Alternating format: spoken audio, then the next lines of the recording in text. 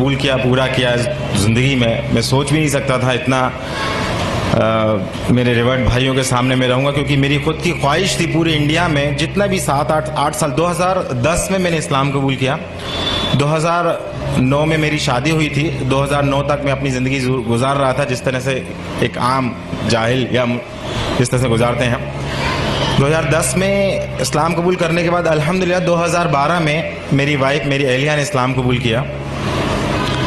اسلام قبول کرتے ہوئے ساتھ میں یہ بھی بڑے مسئلے سامنے آئے کہ کون ہماری گواہی دے گا، کون ایڈوکیٹ سامنے آئے گا، کوئی بھی سامنے کو آنے کو تیار نہیں۔ یہاں تک کہ ایک ادارے میں ہم لوگ گئے جہاں پتہ چلا کہ یہاں سرٹیفکیٹ بن جاتے ہیں، یہاں آپ کو آسانی ہو جائے گی۔ میں بلانگس کرتا ہوں، پہلے میں آپ کو بتا دوں، میں بھوپال کی ایک تحصیل ہے بیرسیا، وہاں سے بلانگ کرتا ہوں، اور چونکہ ایم پی کا اسپیشل قانون ہے اسلام قبول کرنے کو لے کے، خاص قانون بنا رکھا ہے، تو وہاں اسلام قبول کرنا اور ڈاکومنٹیشن بنانا بہت بڑا مسئلہ ہے۔ تو اس تحت میں جب مہاراشٹر میں ایک جگہ گیا پرٹیکولر، وہاں پہ جب میں نے پتہ کیا کہ وہاں اسلام قبول ہونے کے بعد وہاں پہ ڈاکومنٹس بنتے ہیں، تو ان کی ایک شرط تھی کہ آپ کو ختنہ کرانا پڑے گا تو ہی آپ کو ڈاکومنٹس بنائیں گے۔ جیسا کہ آپ بتایا کہ بہت سی شرطیں ہوتی ہیں، ایک شرط وہ 2-3 سال تک وہ پریشان ہوتا رہا بٹ ڈاکومنٹس نہیں بنے۔ ڈاکومنٹس نہیں بننے کے کارن لوگ مجھے بہت پریشان بھی کرتے تھے۔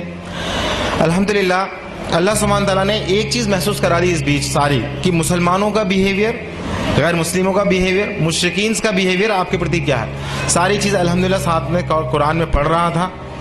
پڑھتے پڑھتے ساری لوگوں کی سائیکولوجی اللہ نے سمجھائی، پوری طرح سے مطمئن کہ اب اگر اللہ سبحانہ تعالیٰ نے زندگی دی ہے اور اس نے اگر مجھے ایمان دے دیا ہے تو وہ کھلانے اور پلانے والا وہ ہے، تو مجھے کس چیز کی فکر ہے اور مجھے کس چیز سے ڈرنا ہے۔ الحمدللہ جیسے جیسے میری داڑھی بڑھتی گئی، جیسے جیسے ٹکنے کے اوپر پاجامے اوپر گئے، لوگوں کو جو چڑھاتے تھے، جو کانسپریسی کرتے تھے، لوگ جو بہانے بناتے تھے، وہ دور ہٹنے لگے کہ اب یہ واپس نہیں آ سکتا، اب یہ واپس نہیں آ سکتا۔ یہاں تک کہ میرے پریوار والے بھی جو بہت مشکل سے بہت اتنا صبح شام تانے سب کچھ، یہاں تک کہ میں صبح آفس سے جاتا تھا، میری شام کو وائف جو ہے اتنی زیادہ مطلب تانوں سے بھرپور ملتی تھی کہ مطلب اس کی برین واش اور ساری چیز کرنے میں وقت لگتا تھا۔ تو اتنا پریوار والوں، والدین سب کے سے اتنا پریشان ہوئے پڑے، مگر الحمدللہ جہاں قرآن نے سمجھایا کہ نہیں کچھ بھی نہیں ہوتا، جیسے استقامت ہوئی، جو کہا قرآن میں ویسا کرنا، جیسی شریعت بتائی گئی ویسا کرنا، نبی کریم صلی اللہ علیہ وسلم جیسا بتایا ویسی سنت فالو کری، جھوٹ، غیبت، چغلی یہ گھر سے دور کری، ایک غیر مسلم پریوار میں جیسے ہی دور کری، الحمدللہ جو وائف کے رائٹس تھے، جو ساس کے رائٹس تھے، وہ رائٹس جیسے سیکریفائڈ کیے تو گھر میں بڑا بوال مچ گیا۔ بوال جتنا مچا اتنا لوگ یہ سمجھ گئے کہ یہ انسان کبھی جھوٹ نہیں بول سکتا، یہ انسان کسی لیول پہ کسی کو دھوکہ نہیں دے گا، یہ خود اپنا نقصان کر لے گا۔ یہ ایون میرے والد کو آ کے لوگ بولتے تھے کہ یار یہ کتنا ایسا انسان ہو گیا، اس کو کچھ سمجھاؤ، ایسا ہو گیا، غدار ہو گیا۔ میرے والد بولتے ہیں کہ میرا بیٹا اب 24 کیرٹ کا گولڈ ہو گیا مگر بے وقوف۔ الحمدللہ اللہ سبحانہ تعالیٰ نے ہمیں توفیق دی، ہمارے ڈاکومنٹس میرے والد صاحب کی مدد سے ہی بنے الحمدللہ۔ انہوں نے 2014 تک مجھے جھیلا، ہمارے ڈیبیٹ چلتے رہے 4 سال تک، اس کے بعد پھر انہوں نے کہا کہ تیری اسلام کی گندگی لے کے تو نکل جا، اپنی وائف بچوں کو لے کے نکلے۔ الحمدللہ ہم لوگ باہر گئے، اس کے بعد کچھ سمے بعد انہوں نے فون کر دیا، کلیکٹریٹ، آئی جی، ایس ڈی ایم وغیرہ سب کو فون کیا۔ فون کرنے کے بعد بولا میرا بیٹا جو ہے یہ اسلام قبول کر گیا، کسی نے اس کا برین واش کر دیا، ذرا دیکھو، ہو سکتا ہے دیش کے لیے نقصان دائک ہو سکتا ہے۔ میرے والد صاحب فون کر کے بول رہے ہیں، میں اس سمے آفس کی ڈیوٹی پہ تھا، جب وہاں سے واپس آیا انہوں نے اس سمے فون لگایا کہ آپ کہاں پر ہیں، ہمیں آپ کا اوپر سے بہت سارے پریشر ہے، ہمیں آپ کا بیان لینا۔ میں نے کہا میں جہاں پر بھی ہوں آپ آ جائیے، میں آ نہیں سکتا ڈیوٹی چھوڑ کے، آنا تو پڑے گا تم کو۔ تو میں نے کہا ٹھیک ہے آپ وارنٹ نکال دیجیے۔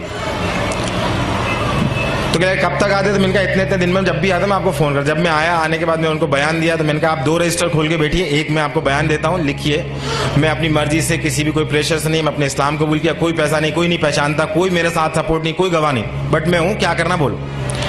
دوسری چیز میں بولا اب آپ سنیے کہ میں اسلام کیوں قبول کیا، کیونکہ تم بھی جانتے ہو ایشور ہے کہ میں بھی جانتا ہوں ایشور ہے، اور یہ قرآن تمہارے لیے تھانے میں الحمدللہ۔ نیکسٹ ڈے میری وائف کے لیے بولے بیان لے کے، ان کا بیان ہونا، تو میری وائف کو سب لوگ اور بھی لوگ جو تھے وہ ڈرا دیے، جن لوگوں سب سے پہلے جو ہمارے انصار بنے الحمدللہ، اللہ انہیں جزائے خیر دے، ان کے ہم رہ رہے تھے اللہ سبحانہ تعالیٰ نے، تو ان کو لوگوں کو ڈرایا۔ تو میری وائف جب پہنچی وہاں تو میں نے وائف کو بولا کہ اگر کچھ ایسا مسئلہ ہوتا ہے ڈانٹنے ڈپٹنے مارنے کا، تم بھاگ کے ترنت چوراہے پہ آ جانا، وہاں پٹیں گے تو الحمدللہ شہادت ہوگی، مسئلہ نہیں۔ لوگ پوچھیں گے کیوں پٹ رہے ہیں،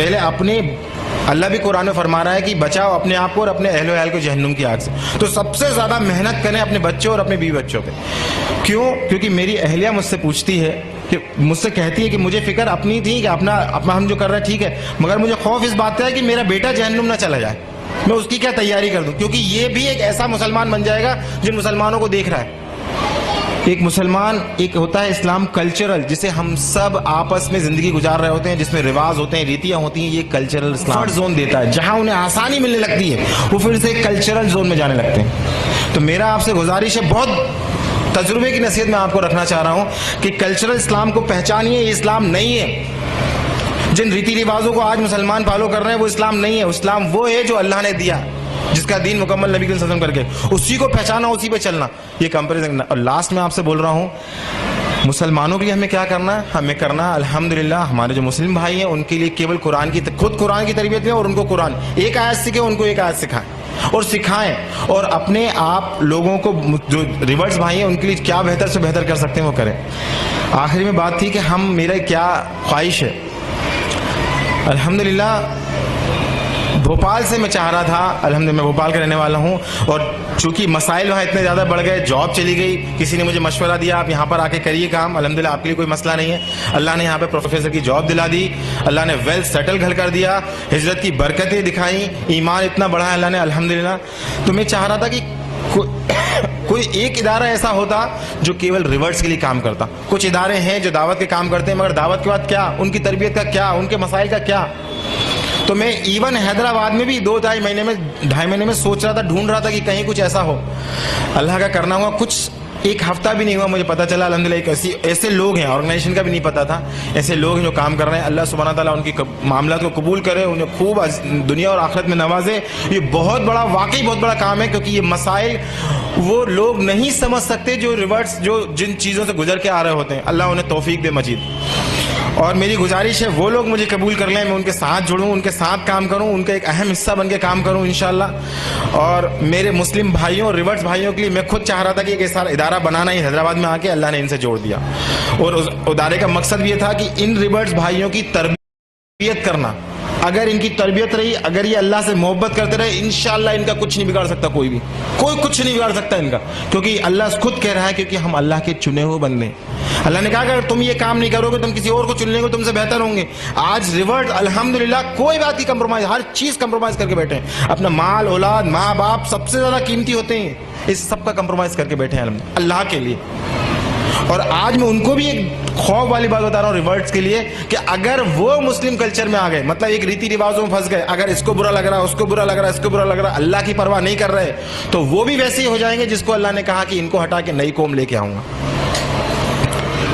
تو میرے بھائیوں خوب علم حاصل کریں، کیول اللہ کو راضی کرنے کی بات کریں. وآخر دعوانا الحمدللہ رب العالمین. السلام علیکم ورحمۃ اللہ.